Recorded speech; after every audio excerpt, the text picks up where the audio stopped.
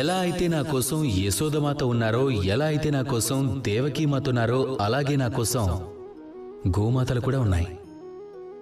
ఇప్పుడు ఆలోచించాల్సిన విషయం ఏమిటంటే, ఈ సృష్టిలో అసంఖ్యమైన ప్రాణులున్నాయి.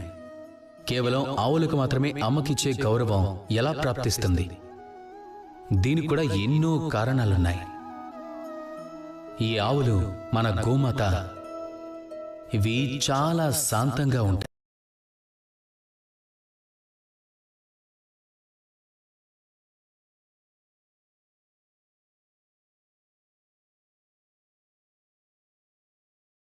శాంతి ప్రియమైనవి, ఎప్పుడు ఎవరికి హాని చేయాలని చూడవు.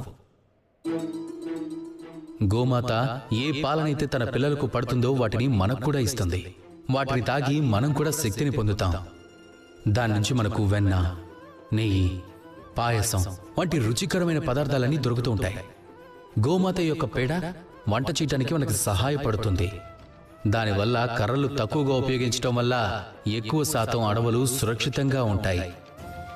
గోమాత యొక్క గోమూత్రం, ఇది కూడా మనకి ఎంతో లాభదాయకమైనది. దీనివల్ల మనం ఎన్నో రోగాల నుంచి విముక్తి పొందుతాం.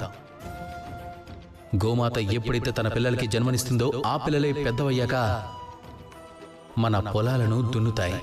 అందుకే గోవులకు కూడా జీవితంలో అమ్మ వంటి స్థానం ఇవ్వబడింది. వీలైనంత వరకు వాటికి సేవ చేయండి, వాటిని ప్రేమతో పోషించండి. పంచతత్వాలలో రెండవ తత్వం ధరిత్రి. తనని మనం భూమాత అంటాం. ధరిత్రి ధైర్యాన్ని ధరించి ఉంటుంది. అలాగే దీనిపైనే మన ప్రపంచం మొత్తం ఆధారపడి ఉంటుంది. ఎందుకంటే ఈ ధరిత్రి సహనానికి ప్రతీక. తన సంతానం తనని ఎంత తోలనాడినా సరే ప్రేమగా సహిస్తుంది.